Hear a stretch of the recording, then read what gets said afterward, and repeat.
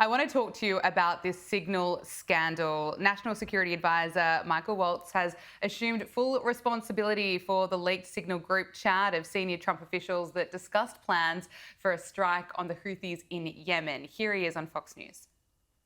I take responsibility. I built the group. Okay. So but look, that's the part that we have to figure out, and that's the part that embarrassing, yes, but Pete and I are veterans. We know these operations. He has been an excellent Secretary of Defense, and this was an operation that, I mean, it amazes me. I guess the Democrats were fine to leave all the sea lanes shut down. We're fine to have destroyers fired on dozens of times by this terrorist group, and fine to have Iran keep supplying them missiles. That was okay. The president takes decisive action. And now we're seeing some real success in taking down their air defenses, opening the sea lanes, taking out their leadership. We don't want to talk about that. We want to talk about this. Yeah. The Atlantic has revealed even more text messages from the Signal app overnight. This has, of course, been a pretty huge story, but it has been interesting to watch the media go into meltdown over it. On CNN, Ashley Allison seemed to be shocked that J.D. Vance put in writing that he hates that America has been bailing out Europe. Look at this.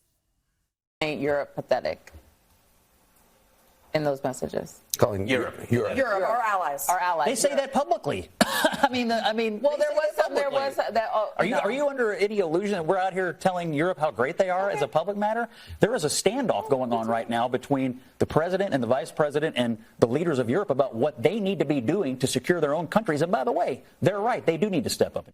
Look, it's been really interesting to watch everyone react to this. I find it fascinating that what these messages show, it shows the world and people in America exactly what US leaders are like. What do you make of it all?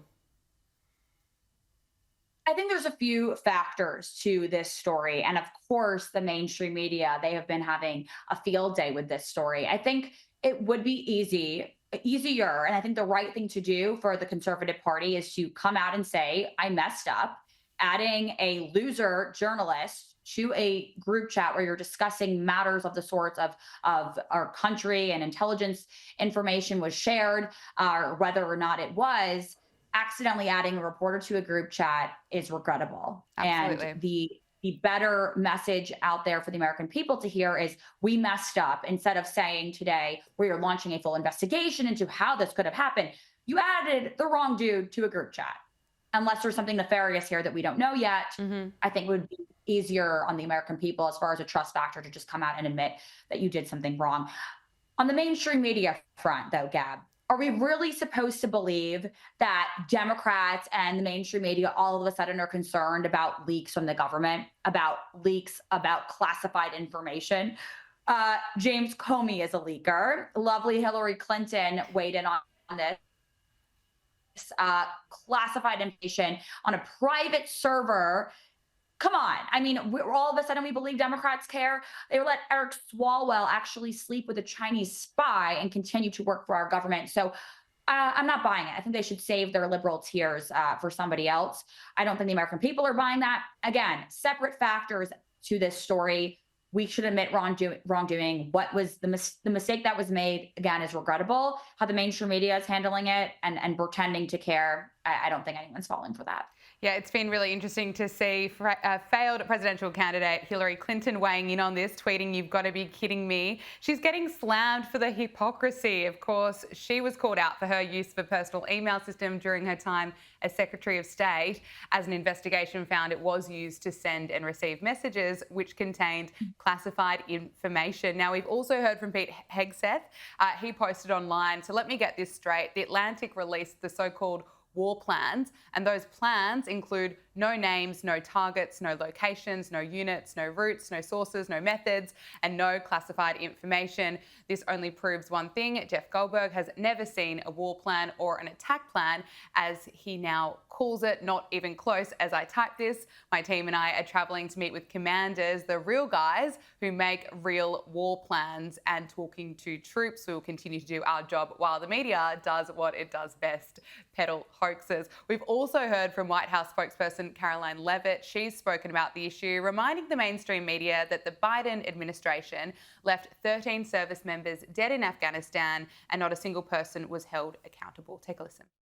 We are not going to be lectured about national security and American troops by Democrats and the mainstream media who turned the other cheek when the Biden administration, because of their incompetence, left 13 service members dead in Afghanistan, and not a single person in the previous administration was held accountable for that botched withdrawal. Joe Biden said, in fact, it was a great operation. That is despicable. It's unacceptable to this president and this Secretary of Defense. The National Security Advisor has taken responsibility for this inadvertent number being added to the messaging thread.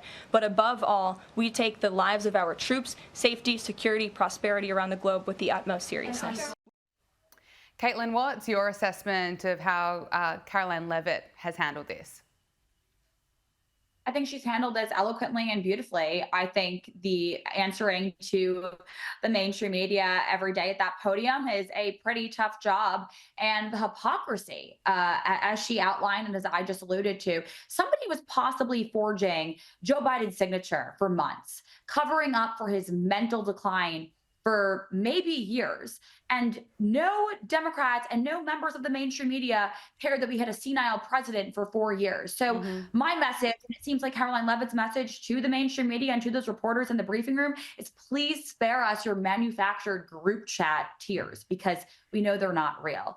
Now, I think we have to see what this investigation yields. Again, if there's anything nefarious going on, and we don't know those details yet. The American people deserve to hear those, to get those answers. So we have to see. Absolutely. Spokeswoman at American Values PAC, Caitlin Sinclair, thank you so much for joining us on Power Hour. Great to talk to you. God bless.